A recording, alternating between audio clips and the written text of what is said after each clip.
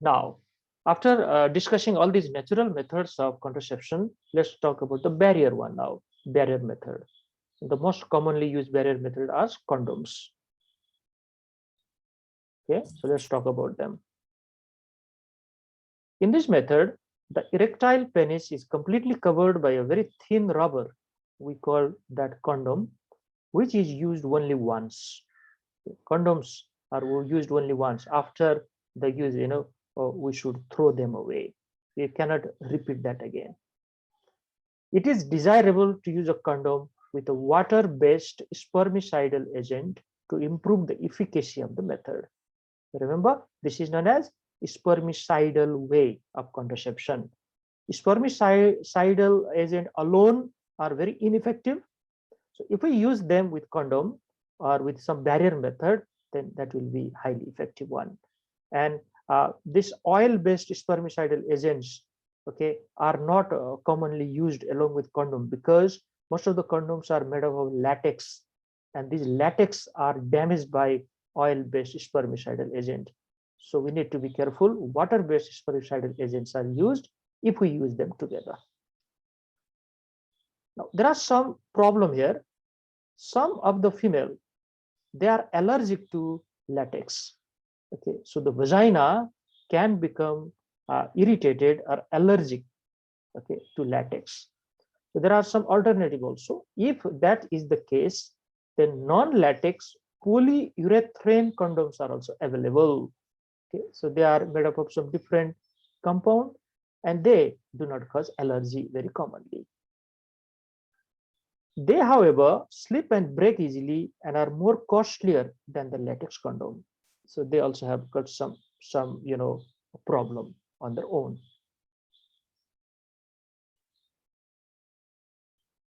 Now, what are the advantages of condoms or these type of barrier contraceptive? Very important question asked by students. It is easily available and very cheap. In so many countries, it is distributed free of cost, okay, by the government. It is immediately effective. You don't need to wait for it. Okay, the main purpose of this barrier type of contraception is, okay, like condom is, the ejaculation occurs inside that condom, so that it will not come in contact with the female genitalia. It also prevents from sperm allergy because sperms have not entered into the female body. It has no adverse effect on pregnancy should the method fail. Sometimes what happens, okay, the condom ruptures, for example, it got slipped and the ejaculation falls inside the vagina. Now, accidental pregnancy can happen, but that barrier contraception or the condom will not have any adverse effect on that subsequent pregnancy. On the other hand, if some medicines we have used, okay, some hormonal contraceptive we have used, okay, like a IUCD or something like that, if in that case if pregnancy occur, then there may be a chance of ectopic pregnancy, or there may be a chance of some failure, or even if the pregnancy occur, then it may lead to a lot of complication. So that chance will not occur here. One of the very important advantages of condoms are they prevent the transmission of sexually transmitted disease from one partner to the other. This is probably the best advantage condom is providing. So if you are in doubt, always use a condom before indulging yourself into sexual intercourse. Okay, so very important to protect yourself and your partner. The occurrence of cancer of cervix is also low amongst women whose partner use condom. Now, can anybody tell me why is this? Why the occurrence of cancer of the cervix is low here? Because of the use of condom? Yes? Sir, because there is no transmission of the human papilloma virus, that's why, sir. Excellent, that is the reason. Very good. The most important cause of cancer of the cervix is human papilloma virus, or HPV. Now, that HPV is a sexually transmitted infection. So if it is not going, towards the female genitalia, there is very less chance. That is the reason. Nice. Okay. Now these are the condoms, male condoms and female condoms. That's why this picture is repeated here. Okay. Now, what are the disadvantages of this? The method is only partially reliable, having a pregnancy rate of 10 to 14 per 100 woman years. So see, this is a higher one. We don't want this much number, okay, according to the Paul index. So failure rate is very high. There are a lot of reasons for that. This is partly due to bursting of the condom or slipping, and partly due to non-compliance also. So many couple, they don't want to use condom while having sexual intercourse. There are different reasons for that. Okay, so here occasionally the reason would be the lady or the woman develops vaginal irritation to the latex. So this irritation is a painful situation, so they don't want to use it next time. They simply think, yes, this use of condom has done that. But we have got alternative already talked about. To avoid the allergy to latex rubber, you need to change the quality of the condom. The polyurethane condoms or even the tactilones condoms are available. A bit of expensive, but they can handle that. And some couples dislike the method because they do not obtain full sexual satisfaction from them. It is their version though. Okay, many people, well, if they don't use, they blame. Yes, I don't want to use that. But at the same time, they are indulging in unprotected sexual intercourse. So they should remember that, at least, even if they do not like this, but it is providing protection to them from that sexually transmitted infection. So this is a very, very important point.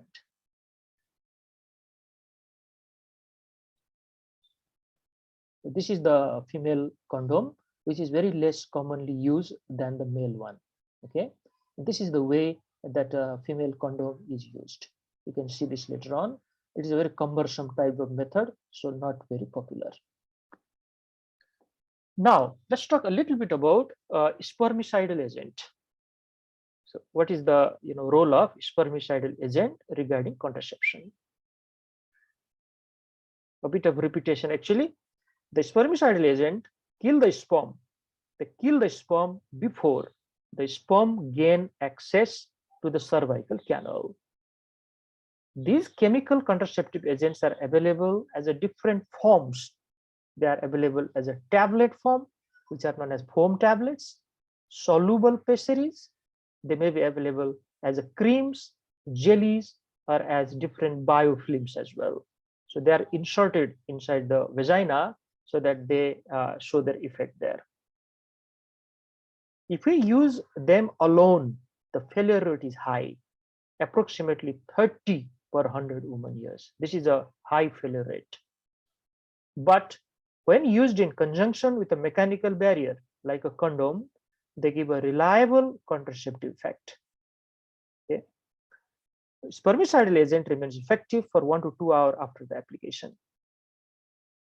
Now, they have some disadvantages. Let's talk about them. If some couple are using them chronically, okay, means all the time when they have sexual intercourse, it may cause irritation and abrasion in the vagina. Now, that irritation and abrasion in the vagina can act as a high risk factor for the spread of HIV and other sexually transmitted disease. Remember how HIV enters into the body. It enters into the body through raw area, through the ulcerated area, okay, through some damages in the mucosa and the skin. That is the most common way. So if we are creating that type of things, okay, inside the vagina, then HIV can easily enter inside. Not only HIV, other types of sexually transmitted disease can also occur.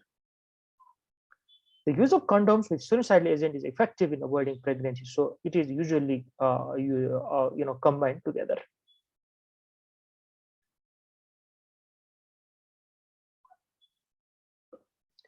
Now let's move further. There's another types of contraception which is known as Minipill. Okay, Minipill. Now this Minipill alters the cervical mucus. It makes cervical mucus very thick because this mini pill is actually having progesterone or progesterone hormone. Now, low dose progesterone only pill or mini pill is administered every day, and under the influence of progesterone, the cervical mucus becomes viscid or very thick so that sperms cannot penetrate and go into the cervical canal. So this is the action of mini pill. In addition, because it has got progesterone, isn't it? So it inhibits ovulation in 40% and reduces the fertility. How it reduces ovulation? What is the mechanism of progesterone? Anyone?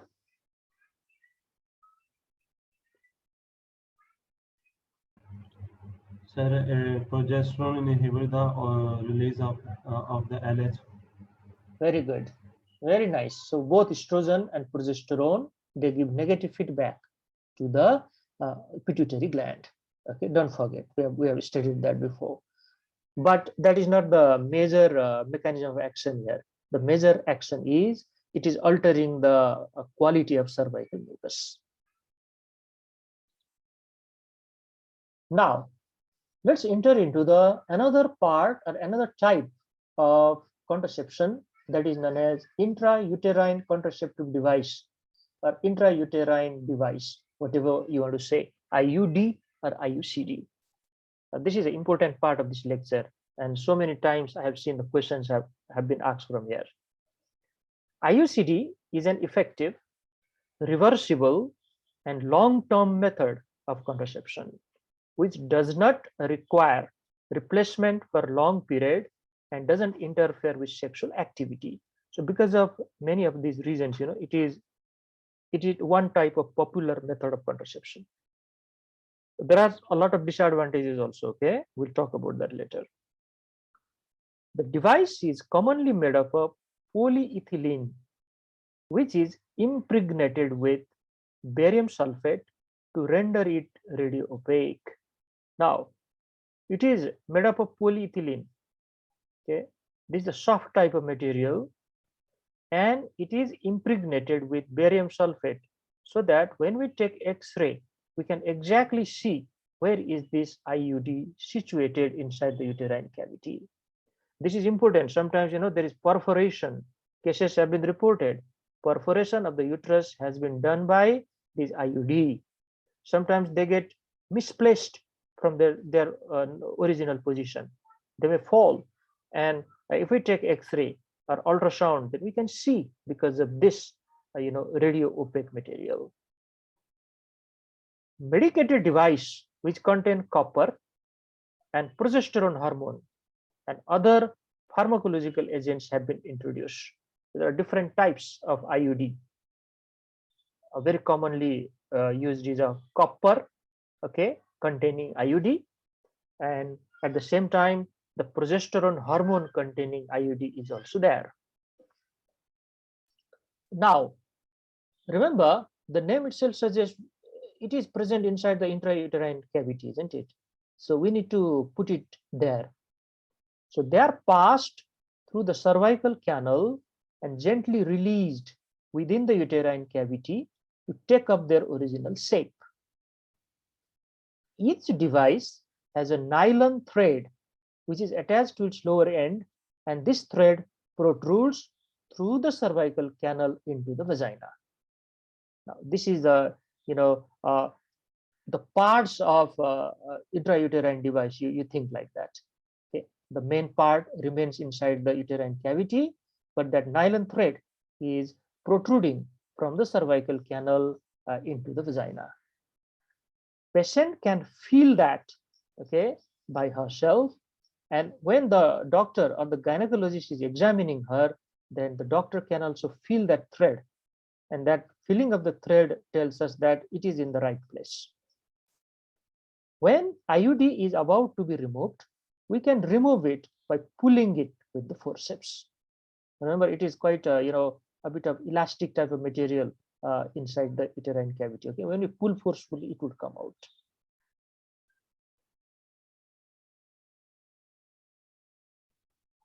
Now, what are the types? What are the types of IUCD? The first type are the copper carrying devices, Okay. Now there are different types. Copper T is very commonly, known name, copper T. Okay. So these are copper carrying devices, and that copper which is present in them is causing all the problems, okay, against the implantation. We'll talk about that regarding the mechanism of action of IUCD. So in this, copper wire of surface area of 200 to 250 millimeter is wrapped around the vertical stem of a polypropylene frame. This is at the center, and copper is, impregnated around that area. They have an effective life of about 3 to 5 years. So once we keep them, they produce that effect for a long time, around 3 to 5 years. So this is a huge advantage of this IUCD. It is estimated that about 50 microgram of copper is eluted daily in the uterus. So this much of copper is coming out on a daily basis, and it is exerting its effect. There is a type of copper IUCD known as copper T380A, also known as Paragard. It has a lifespan of 10 years. Okay, the other type of copper T probably provide effect for 3 to 5 years, but this particular one provide effect for almost 10 years. Okay, so long duration is there. Now, apart from copper, we have got hormonal type of IUD also. Hormonal. Okay, like see there, these are Progestasert and Livonova. Okay, these are the names, Progestasert and Livonova. So this Progestasert is a T-shaped device carrying 38 milligram of progesterone in silicon oil reservoir in the vertical stem. So we don't need to know in this much detail, but it is containing progesterone hormone. And this progesterone hormone is released on a daily basis, and it is exerting its effect. This Livonova is also containing a type of progesterone. This type of progesterone is levonorgestrel. Okay, and this is a even more powerful types of progesterone, and is longer acting. That means almost 5 years. But till 5 years, it will provide the protection. Now, these are the two main types of copper, IUD, copper carrying devices, and Progestasert and Livonova, which are the hormonal one.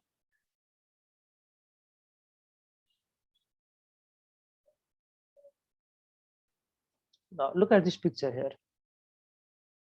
See this? So this is the intrauterine contraceptive device. Okay, this is how it is situated inside the uterine cavity. So once this device is there, how can it allow implantation, isn't it? It is very difficult, and it provides a lot of local effect there. Now, this is a good diagram. See this? There is a stem of IUD, and this is a thread which is passing the cervical canal and even present inside the vagina. So this is a nylon thread which is commonly attached there. If we want to remove it, we can forcefully pull it and it would come out.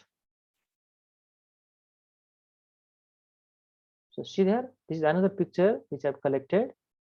This is called copper T. Okay, see this? This looks like a letter T. That's why we use the term copper T for this. Okay, see this copper material is there, and this is thread. This is the hormone releasing intrauterine system. So there is a hormone in this area, and it slowly comes out everyday basis. Now there is a specific type of hormonal IUD or IUCD which is known as Mirena. Okay, Mirena. It is not a different one.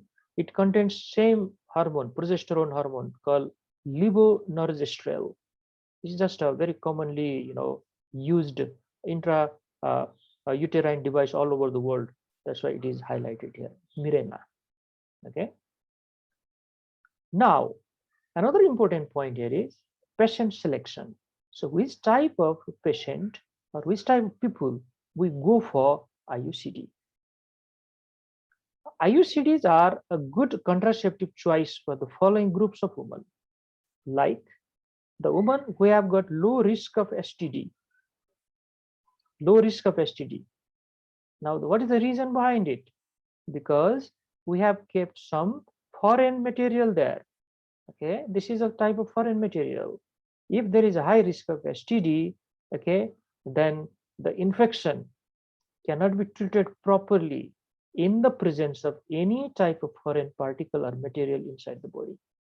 Okay, low risk of STD means the lady who have got only one sexual partner, that is known as monogamous relationship, like there's sexual intercourse occurring only between husband and wife, for example. But in those ladies whose profession is like that, like prostitutes and those type of, of female or the population, this is not a good choice of contraceptive method. They have some other types. Multiparous woman, okay, can be a good choice. Desirous of long-term reversible method of contraception, but not yet desirous of permanent sterilization. So many people, they don't want surgery. They don't want this permanent method. They don't want tubectomy. So rather than that, they may choose for this 5 to 10 years method of contraception. And unhappy or unreliable users of oral contraception or barrier contraception. Okay, so all these are patient or people whom we can go for IUCD.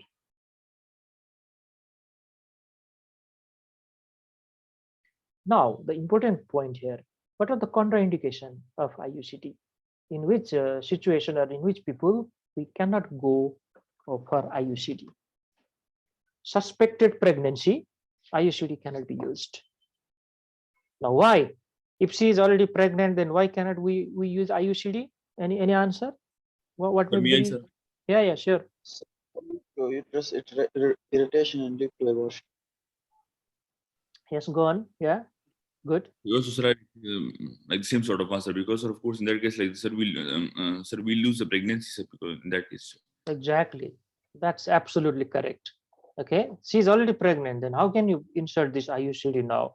The effect of this IUCD will discontinue that pregnancy, or even if it is continued, there will be a lot of effects there, the bad type of effects. Pelvic inflammatory disease or lower genital tract infection. We don't put IUCD in the presence of this foreign material inside the uterine cavity. It is very difficult to control the infection. Absolutely contraindicated. Presence of fibroids, okay, because we cannot properly fit it inside the uterus. Now remember, fibroids are of different type. Okay, intramural one, isn't it? Submucosal and subserosal. So they can distort the uterine cavity. So we cannot fit this IUD properly inside. Menorrhagia and dysmenorrhea, if couple T is used, it will exacerbate the situation. It will cause further more bleeding in this situation. Previous ectopic pregnancy, there is a chance of ectopic pregnancy, okay, in case of IUD. It is effective, we know, it is effective, but sometimes, there is a failure rate. And if she becomes pregnant, there is a chance of ectopic pregnancy rather than intrauterine pregnancy. Especially, this is more common in a hormonal type of IUD. Hormonal type. When we talk about the mechanism of action, you can understand there. A little while later, we'll talk about that. There are so many different way of action of IUD. Scarred uterus. Okay? Scarred uterus. Now, there is a chance, okay, of rupture. Chance of rupture. That's why contraindicated. Preferably avoid its use in unmarried and nulliparous patient because of the risk of PID and subsequent tubal infertility. This is a very important point. Now, for unmarried, we don't want to go for this type of prolonged contraceptive method. Okay, barrier contraceptive would be the best for them, frankly speaking. Not even the hormone. the hormonal contraceptive, they have lots of side effects. Okay, so we don't go for this. Somehow, if PID occurs, and because of this effect of PID, if she has developed salpingitis and blockage of the tube, and she can become infertile later on. Okay, and we had some better choices than this. Levonorgestrel IUCD is contraindicated in breast cancer. Any type of progesterone or any type of estrogen are contraindicated in case of breast cancer. Abnormally shaped uterus or septate uterus, in this condition also, we don't want to use this particular method because it is difficult to fit there. Septate means there is a big septa present right in the middle of uterine cavity.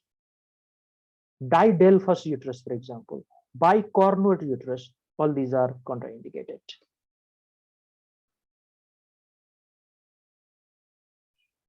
Now, I was talking about this particular point. What are the mechanism of action of this IUCD? How they exert their effect there? This is very interesting. Okay, so please pay attention. The presence of a foreign body in the uterine cavity renders the migration of spermatozoa difficult. Now, think about couple T. Okay, so it is definitely a foreign body there. And if the foreign body, it is quite a big one also, So in the presence of that, the migration of spermatozoa from the vagina upwards towards the uterine cavity and into the fallopian tube would be difficult. The second action, a foreign body within the uterus provoke the uterine contractility through the prostaglandin release and increases the tubal peristalsis as well. So one, it increases the uterine contractility because of the prostaglandin release.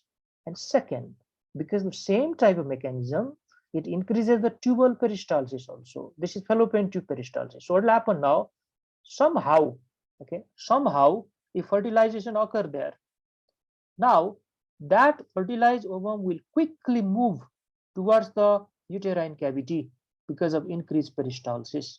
And by that time, there may not be the favorable environment inside the uterine cavity, so it cannot get implanted there. The device in situ causes leukocytic infiltration in the endometrium. Now, this device in situ means the IUD, which is there. It attracts the leukocytic infiltration in the endometrium, and the macrophage, they are a type of leukocyte, engulf the fertilized egg if it enters the endometrial tissue. That is another mechanism of action of this intrauterine device. Means the fertilized egg would be engulfed or phagocytosed by these macrophages. Couple T elutes the copper, which brings about certain enzymatic and metabolic changes in the endometrial tissue. So it may be unfavorable for the implantation. Unfavorable for the implantation. Progesterone carrying device, okay, like those Progesta shirt and Nova and all those things, causes alteration in the cervical mucus, which prevents penetration of the sperm. We already talked about this mechanism before. In addition to that, it also causes endometrial atrophy. And in addition to that, it also prevents ovulation in about 40% of the cases. So many, important mechanisms are there. These are caused by only the hormonal one, okay? But the first 3 or 4 can be caused by the copper containing IUC as well.